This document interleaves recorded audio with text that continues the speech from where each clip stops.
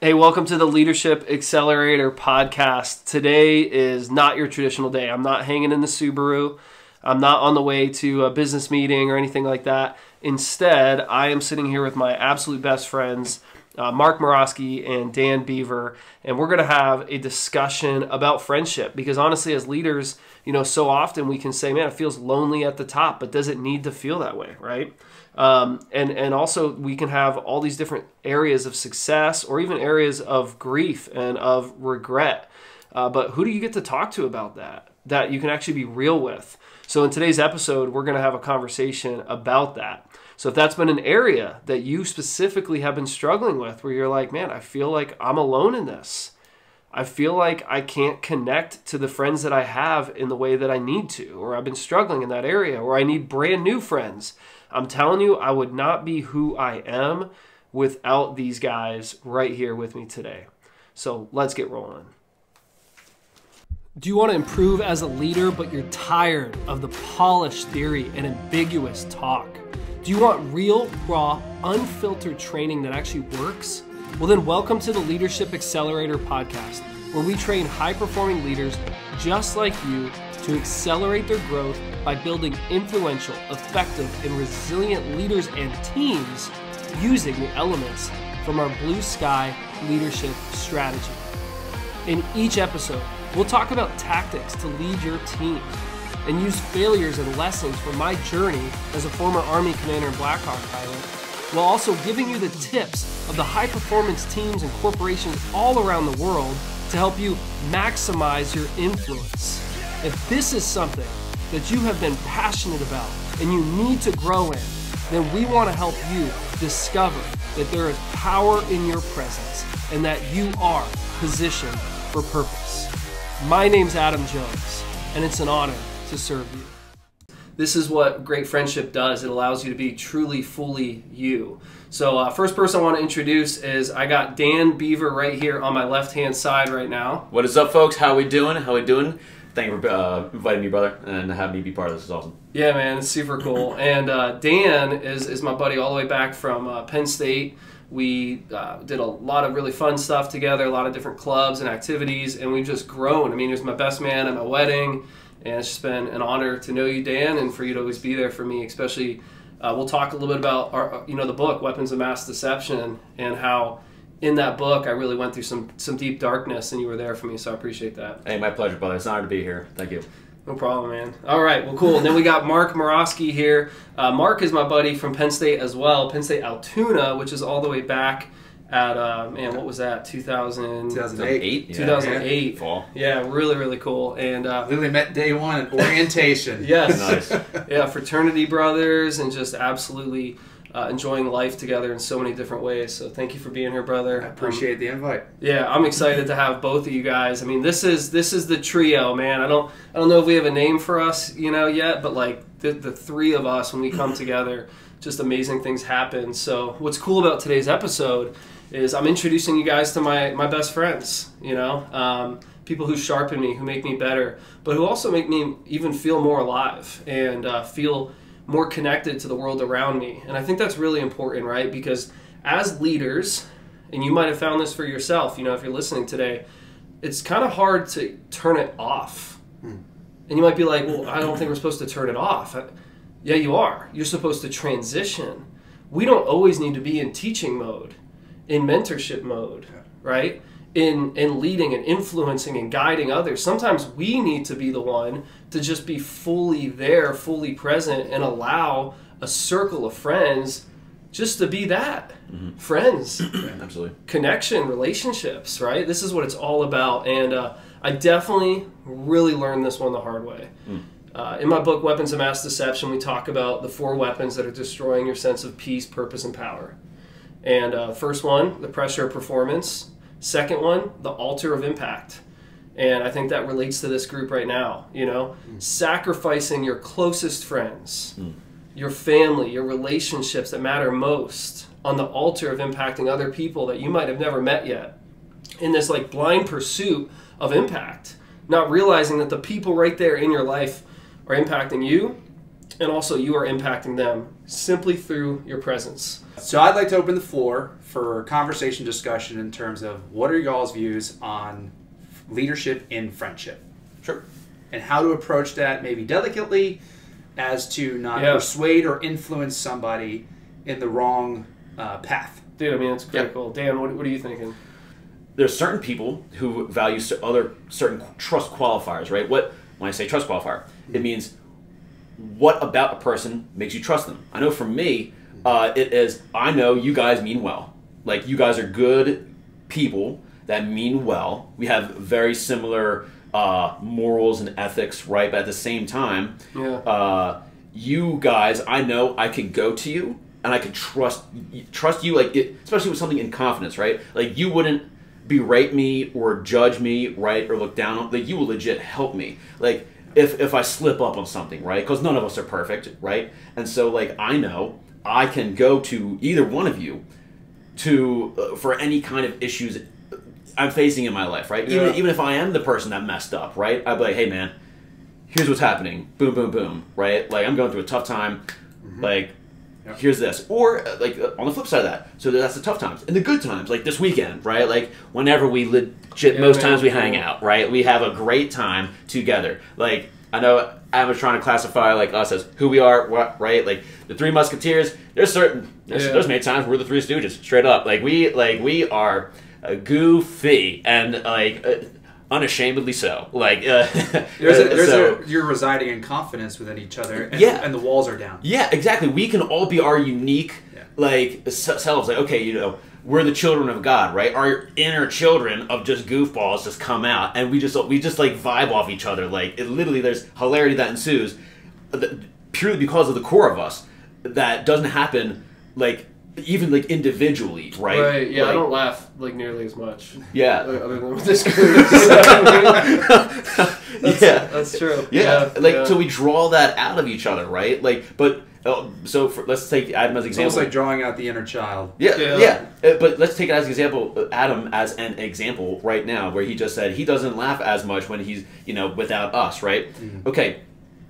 That means that we give him, a safe space, and I know, okay, a lot of people might feel triggered about that word safe space. I know that makes people feel a certain way, but legit, you all know what I'm getting at, right? You're giving him room. We give him room to be his unique self without him needing to worry about if he looks dumb or, if we're going to judge him or whatnot. Let his identity come through. Yeah, exactly. Like, his unique, authentic self of who he is, his genuine personality, without reservation, without the worry of what the public thinks. Even think about it this way, it's like, I don't need to be an author when I'm with you. 100%. And I think leaders fall into this trap of, we say things like, it's lonely at the top.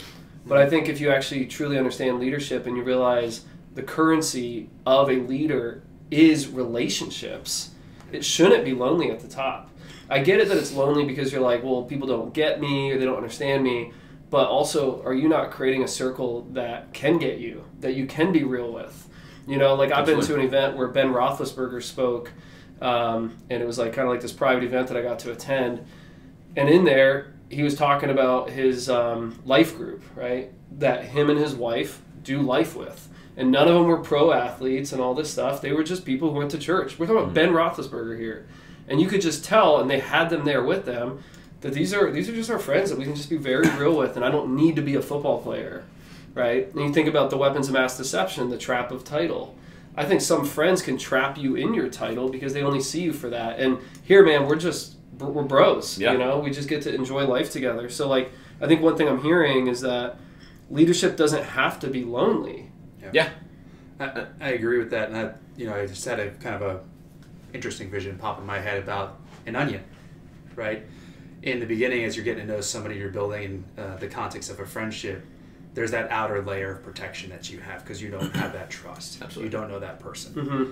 And through relationship, through building a support system with that person, getting to know them, you're slowly, and you've all heard this, you're slowly peeling back the layer at a time to where you're able to actually get to the core of that person and see them for who they are. Wow. And you learn how to love it and appreciate it. I think a lot of people believe it can be lonely because the people that they surround themselves with, they're not friends from college like we are, right? Yeah. Like, so they don't have that background context, like to breed that trust and, you know, intimacy, for lack of a better term, right? To trust one another on that kind of level. So, having that, I mean, that is tricky. That is tricky to navigate, right? It's very important for leaders to also have friends who are just friends, right? Right. Mm-hmm. Yeah, huge. I mean, separately. Huge. There's an underlying, you know, when you're getting to meet somebody, you're first starting out with building a connection with somebody, there is an underlying dynamic between those two people. And even though maybe views don't align, political affiliations don't align, whatever you want to call it, there is always a uniqueness to each, right? Everybody has, like we said, everybody has their own unique individuality. Yep. So building that bridge and that relationship and that connection, I think when the three of us kind of, you know, we didn't know each other prior to college. Yeah. So how did we come into that in the beginning?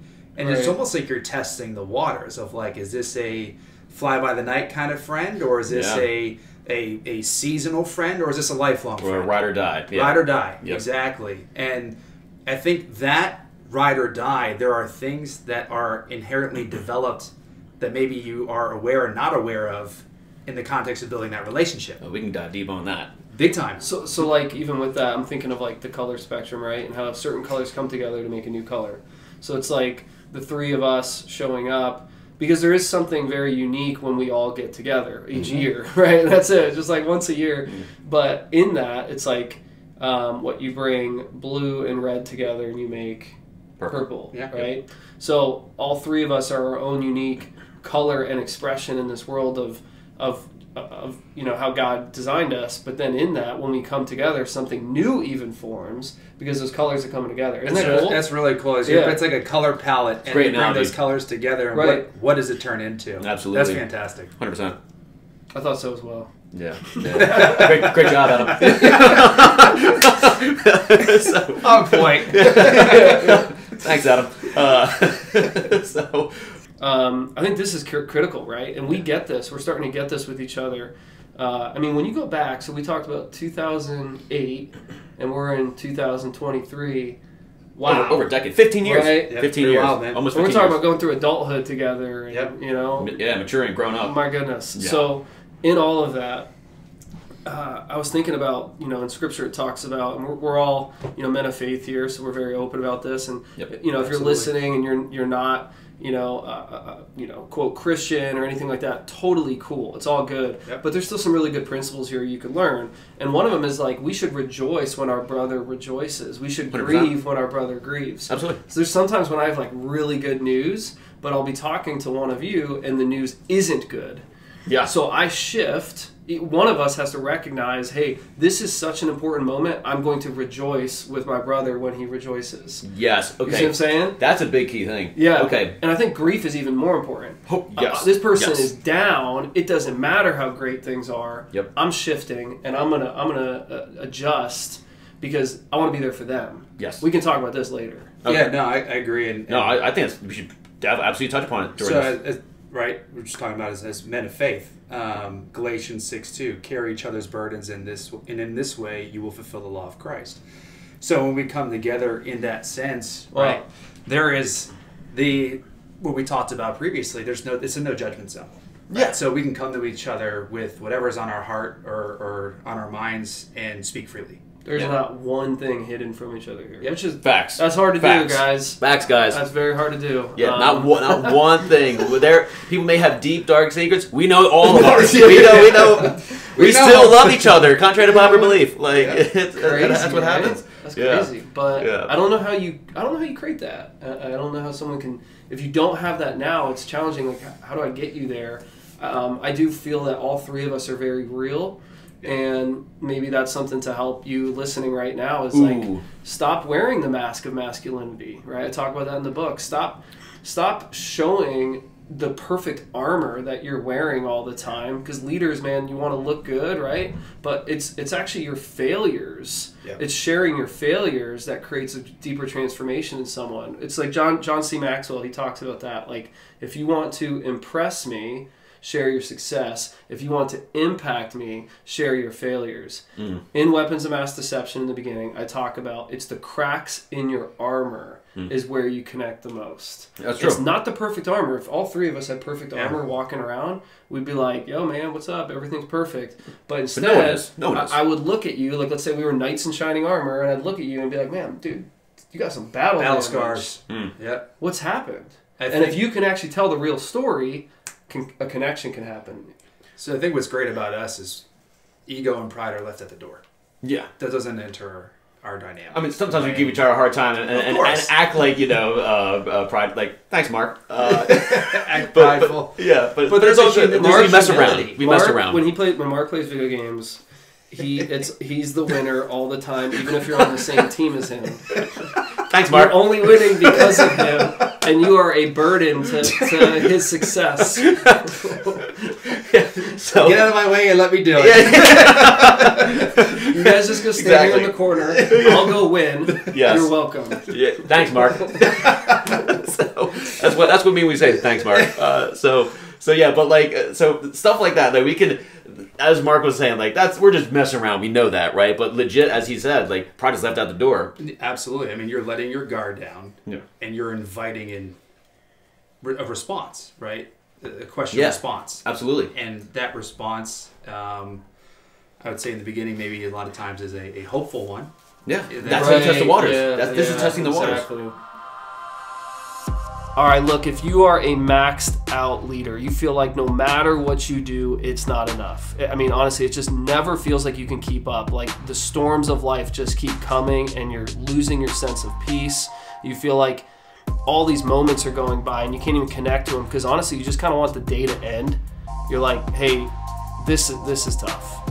This is a little bit too much. I just want the day to end so I can reset. Eventually, we reset too many times though, right? We have to learn how to really live our life fully connected to a sense of peace, a sense of purpose, and a sense of power. And if you're that leader that I just described, I want you to know it doesn't need to stay this way, okay? You really can start to say that my next days will be my best days, but I believe we need to train. And I have some training resources to help you out. Honestly, what I want to do is I want to get you set up with your own first 3 chapters of Weapons of Mass Deception entirely for free. You can start right now, okay? All you need to do is text the word kingdom to 55544. That's it. Text the word kingdom and you're going to get a quick download right away. You get to read the first 3 chapters. You're already going to start to see some breakthrough, right? And in that process, you're going to begin to say, I know that my next days can be my best days. I'm sure if you're still with us, you're saying this is either just entertaining to listen to or you're actually starting to get something specifically for you. Please stay with it. Don't let go of your intention right now. In fact, that's exactly what I want to talk to you about. All right, so look, I feel like, guys, what we've been talking about is being real, right? Exposing the cracks in our armor, but also let's all be very real about this too. Finding friends like this is, I mean, harder than ever, to be honest, right? Yep. So if you think about it, everything is tying back to trust. Hey, I'm going to share with you this battle damage, but can I trust to share it with you? And can I trust your intention? And that's the hard part, right? Knowing each other's intentions. I mean, absolutely. Like I said, like we all had the same major in college, and we've all progressed in our careers and done great things with leadership and high-paying gigs and all that stuff. And it's like you go into that world and you start to wonder, because you are real and you realize other people aren't being real back with you. You're like, who can I trust? Yeah. Am I going to tell you this exact thing? We see our coworkers more than anyone else. You wish that you could actually trust them, like Simon Sinek talks about, right? I mean, this is what distinguished Navy SEALs. I don't know if you guys heard this before, but when the Navy SEALs kind of rack and stack someone to say if this is someone they want on their team, they look at 2 factors, trust and performance. And they'd rather have high trust and low performance than high performance, low trust. Totally. Right? What do you do there? How do you start to actually see if you can trust people? Like, I don't know, Mark, like, do you give them something small to start with and kind of see from there how did they take care of that secret that you gave them, or what are you thinking? Yeah, so we were just talking about intentionality, right? I think it's intention and action. So you, as we said, test the waters. You may give them a little piece of information and insight into who you are and that vulnerability aspect. And what is their response? Yep. And it doesn't even have to be verbal. Yes, body language says whole lot It doesn't more. have to be verbal. Really good. Yeah. So you can see in which... They're like, ooh, I don't know. Exactly, Yep. right? And we all have that built and hardwired within us Yep. to observe a person's body language. And that'll tell us immediately, is this somebody we can trust? Is this somebody we need to develop a relationship further with? Or is this somebody that we should be cautious around? Yeah, 100%. Like, and in those instances, respect them. Like, I give every human their due respect, right? And everything. And I would, still wish them well. I just would never try to go deeper with them. So, power of discernment. Discernment. It's Right? huge. Power of discernment. Huge. How do you feel in your gut? Yes. It's massive. Right. Dude, and that was not my strength, right? That's my wife's strength. That's Jess's strength is discernment. So I had to realize, look, I naturally trust people so much that I can get hurt quickly. So I'm going to use a resource in my tool belt, right? And trust my wife to tell me, hey, I don't think you should do that. I don't think you should be on that episode. I don't think you should, go deeper with this relationship right now. Mm-hmm. Now, it all goes back to intention. What's her intention? Yeah. Is it for us to succeed as a family? Is it for us to have a healthier life?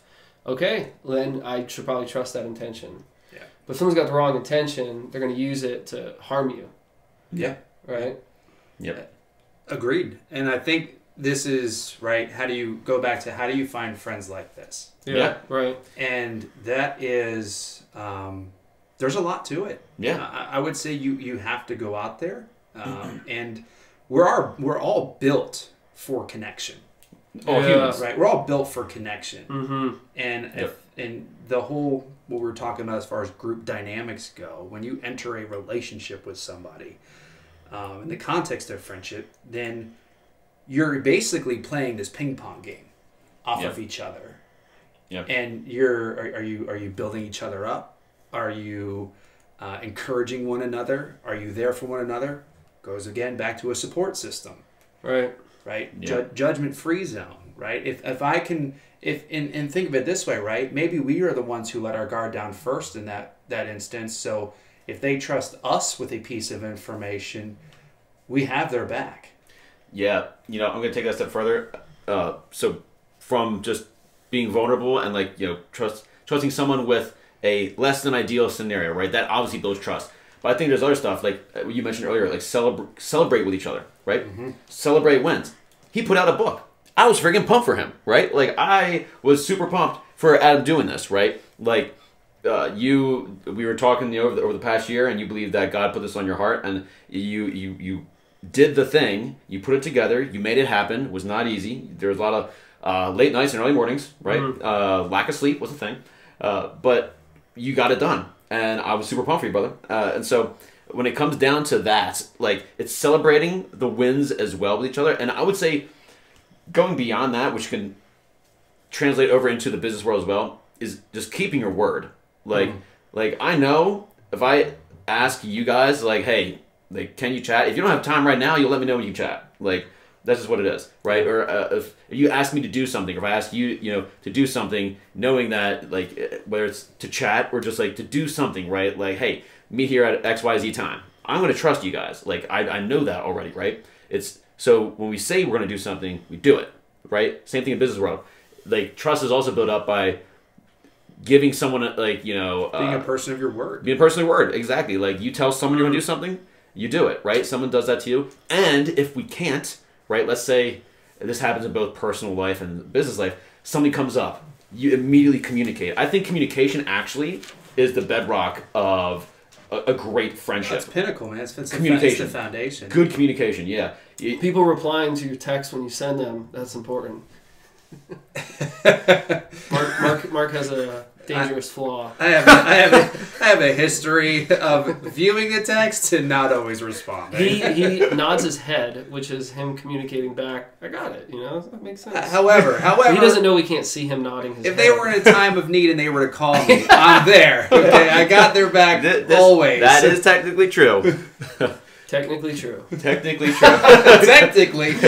Communication is key. this there's different forms of communication. Yeah, like smoke signals that we don't see. Carrier pigeons. Carrier pigeons. I usually write letters that get lost in the mail. Yeah, sure. So, but yeah, like, so it's really that. Honestly, good communication, telling someone you'll do something, like actually being, responsive. But it may not all be perfect. Doing that all the time. But so I think honestly, consistency is key. Yeah. Like, because if Adam doesn't get back to me, right, or if like let's say I reach out to him and there's like a key thing that I want to talk about and he never responds, just from consistency. Me knowing that he can be there for me, I know, okay, he's probably busy, something came up, like, he got distracted, some life event is happening, I'm going to follow up with Adam, versus assuming, wow, Adam's blowing me off, right? Because we've established that trust. Right. We had that consistency from years, knowing that, okay, if Adam's ignoring me, right, it's because he probably opened up my text in that exact moment. He's a father, he's a husband, his wife probably asked him for help with the kids, and he probably, that's a higher priority. Yeah, maybe just put his phone down. And he legitimately probably meant well. The intention may have been to respond. He's like, I'll get back to it later. Sometimes, listen, we have life that comes up, we forget. Yeah, but it all comes back to consistency, knowing, hey, even if he does something, which, if it's a brand new person, it may come off as something negative, right? Oh, this person's blowing me off, right? Like, exactly. But because we've established that trust, we've consistency as well, good communication. I know that, okay, I'm just going to follow up with him because I know like something's up, right? Like he's probably attending to more important matters in his duties as a husband and or father or just life. He's a business owner. He has things to do, right? Yeah, you gotta. Yeah, that's key, man. I'm hearing like this awareness, recognizing someone else's situation, right? What are they going through in that time, and what could be pulling them? Because we're all limited in the amount of time we have. Yep. But at the same time, what's that season that person's in? A brand new parent is not going to be able to respond the same way as someone else could. So I think we're talking about this, right? Because what I've been hearing is like it's hard to find good friends. You got to be real, but at the same time, you got to use wisdom and discernment to 100%. see if you can really trust someone. Give them small things over time and allow that to build. And in all of that, rejoice when they rejoice, grieve when they grieve. And eventually, like you see, someone might not know the principle that you are learning right now as you're listening to this. So you might be like, dude, they don't rejoice when I rejoice. They don't grieve when I grieve. They might not know what we just shared. So instead, why not be the one to teach them through your own example? And they start to say, hey, you know what I like about this person? Even though they're a leader and they run this large team and they're constantly, scaling their operations and all this great stuff, man, when I have a bad day, they don't tell me about all the great things that happened. They're there for me. And they let me grieve. They let me talk through it. They just listen. And what I want to do, guys, is, if this episode has added value to you guys, what I want you to do is, if you listen to this on YouTube, which is great, make sure you're subscribed, leave a comment, let me know if you want another episode.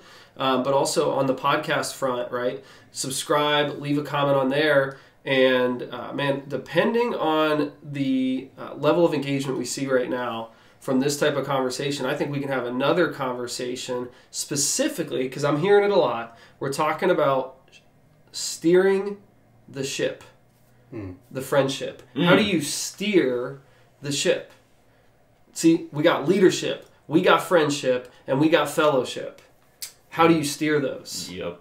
It's not the same way as leading your own team, whether that's in the corporate world, military world, first responder, whatever your background is. It's not the same.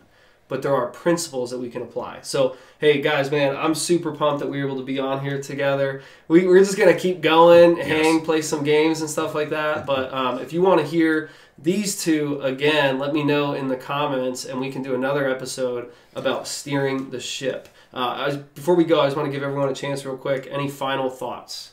Go ahead, Dan. Yes. Okay, so real quick, we touched upon celebrating with each other. I think a massive indicator on who is not your friend is people who get jealous of your successes. Like people who not just, they don't celebrate when you win kind of deal, right? But like if you say that, if you're like, hey, look, this is what just happened, this is awesome, and people are like, oh, Or you even can tell, like, you read body language, like, they kind of feel, like, envious or, like, jealous kind of thing, right? Like, man, like, that's a red flag. Like, like, that's, so you can tell who your friends that do celebrate with you and how they respond to your successes as well, right? Like, I don't want to be friends with people who are, like, jealous of, you know, my successes, right? Because with those successes come with vulnerability. They don't know. That's the tip of the iceberg that people see above the water. There's a whole lot of crap under the water, that glacier, right, the iceberg, that they had to go through a lot of hell, right?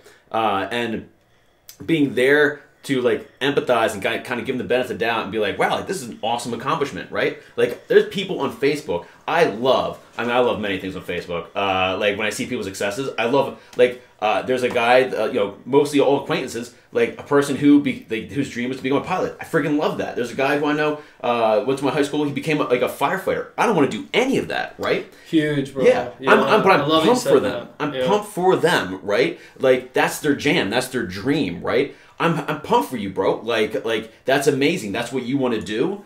I'm celebrating like that. Like, I don't care to do that at all. But like, guess what? That's huge for you, and I'm pumped for you. So actually, it's a great point with jealousy and envy, and I'll even expand upon that with one-upping.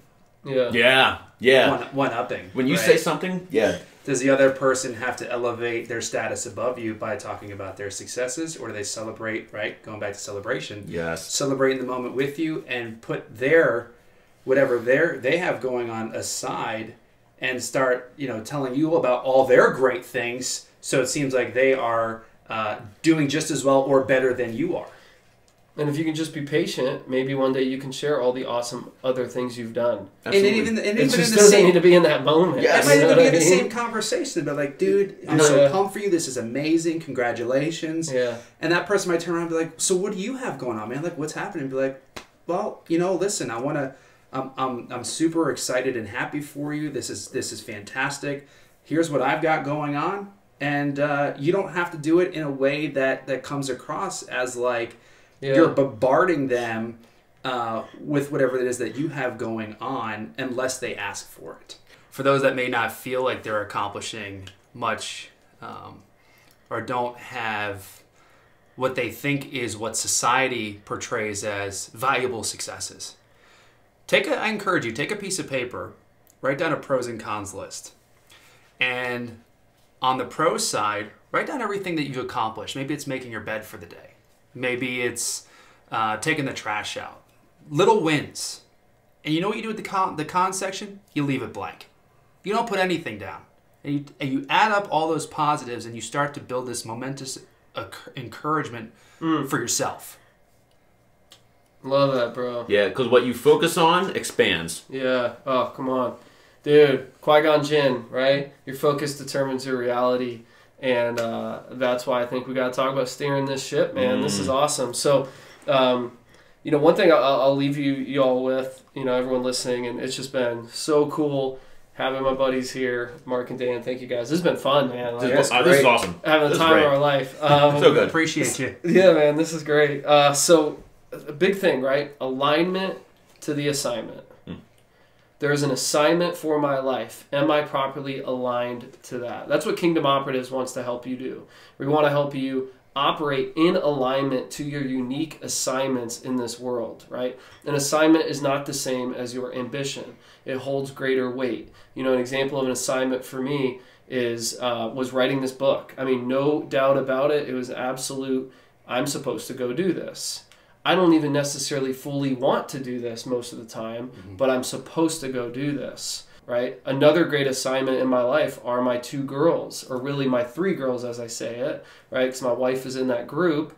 I was going to say my wife separate, but like those are great assignments. And I need to leave a lot of space in my calendar for that. And it's easy when someone goes, like, and this happens. This is starting to happen already for me, where someone's like, well, I didn't write a book yet, but, you know, I'm gonna, and I just want to encourage them and let them know also, is it your assignment? It doesn't need to be a now thing. Like, just because someone did something, and that's what I'm hearing from you guys, doesn't mean you're supposed to go do it. And this is really key to understanding friendship, because we do celebrate each other when we realize, hey, good for you, man. You went after an assignment and you completed it. That's huge. here's my assignment that I'm going after, and I'm working to complete it.